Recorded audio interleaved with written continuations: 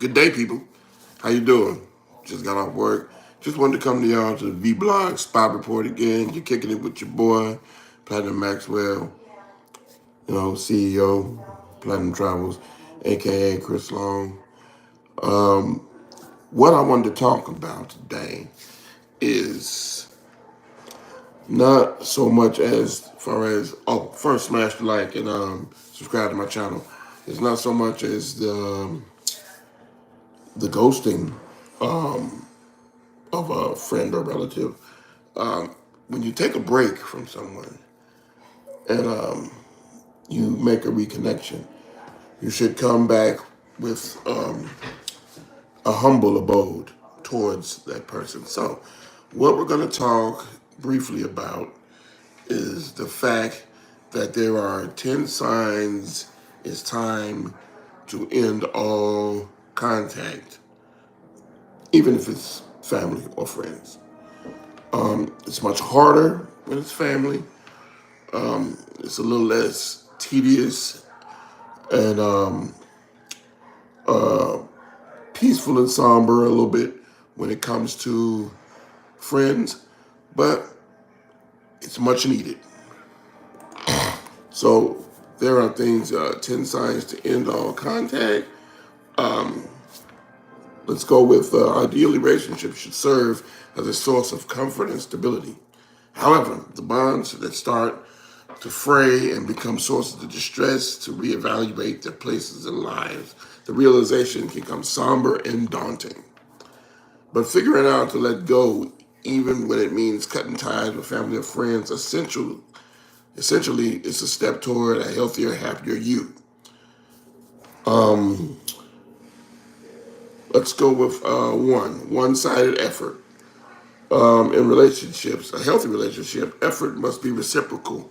When one person continuously invests time and energy into sustaining the connection and no one lifts a finger, then the heavy lifting is done by one person, and that gets daunting. It's unhealthy, I would say.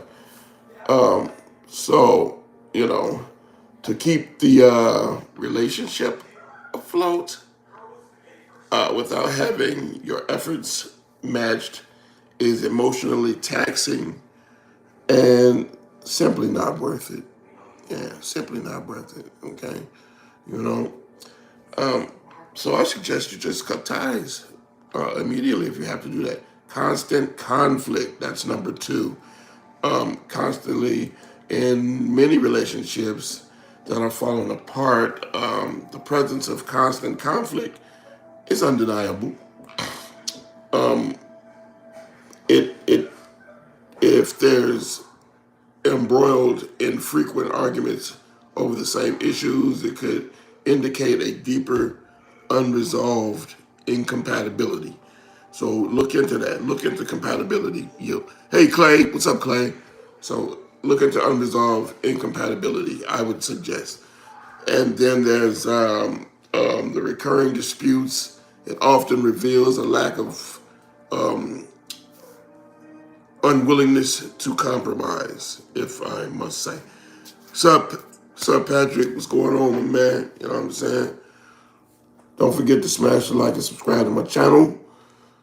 So, moving along, suggesting that one or both parties might be more invested in being right.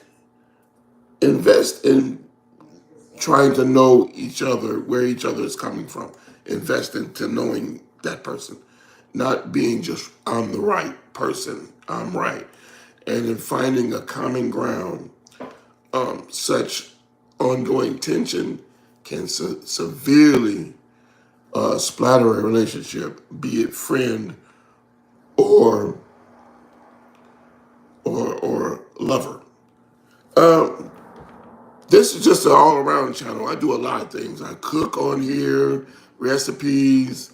Now I'm giving a little bit of relationship advice. And then I do hip hop. That's once a week. But yeah, So yeah. So that's how I get down. What's up, JT? What's how you doing? How you doing? Three would be resentment and bitterness. And that's just what that is. Resentment and bitterness. You can find someone that resents the things you do and be bitter about it, or you can find someone that appreciates what you do and and show admiration. Thanks, Patrick. I appreciate that. I appreciate that. So number four, I'll put in my note. Let me see. I gotta open my notes. Yeah, number four, I will put clashing with priorities and values. That's number four. Yeah, for instance, you might find that, you know, once you've bonded and you're together, it now drives you apart to not show any effort. So make sure you keep that effort up. And what you use to get that person, you use to keep that person. Believe me, it works. There's things called lack of communication. Number five would be the lack of communication. When communication breaks down, it's a striking clue that there's something wrong. Your conversations have dwindled to small talks, and or you're avoiding those deep discussions that you need to settle things. Far as I've experienced couples that have had problems as far as to where they can't even decide what they want for dinner without having an argument, and that's just not that's not adult like. I mean, if you can't come to a compromise in anything, then what are you doing it for? What are you doing it for? So yes, I do. I have artists too. Is that G? What's up, G? Yeah, I got artists. I do some managing on the side, but I'll get into that. I think I'll do that Friday. That'll be my Friday's talk. I'm gonna go into some deep stuff with hip hop, and salute the sample. You know how we sample old songs to make new songs. We'll get into that though. So with that being said, number six, I'd like to say that number six would be. Let's see, where can we go? Because we went from lack of communication to maybe. Okay, let's get into the physical of it with the relationship now. Abusive behavior. This is something that you don't want. Period. Point blank. With any sense, the presence of abuse in any form, from emotional manipulation and control to physical violence, is wrong in your relationship. Hi, how you doing? Bonjour, nous. So, use of physical violence, I would suggest a man do this, period, point blank, because if a man can't take it, then he shouldn't dish it out. So it signifies that a relationship is fundamentally unhealthy and essentially unsafe. So I would suggest that you keep it on a level of non-abuse in any sense, be it physical, mental, spiritual, any type of abuse that can tear a person down, and you don't want this person to be that way towards you, and you don't want to be towards that person. So with number seven on our 10 list, I would say loss of trust. And if you lose trust, then that's very hard. You can lose trust within a second. It takes forever to build, and a second to take it away. So repeated betrayal or continuous dishonesty destroys the very fiber of someone's trust, the essential trust in a relationship, whether it's a friend or a lover, they let you down, or a family member who hides important information from you. depending on what the information is, you have to talk through it, work through it. I would consider you do that. That's best, at best for you. It's psychologically best, I should say, you know.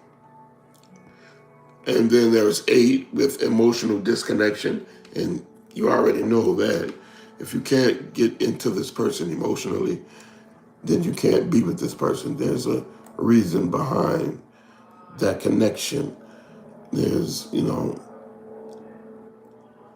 and the emotional is the best thing to have. If you can't show emotion with the person that you're with, then you really don't have anything. You don't have anything. So I had 9.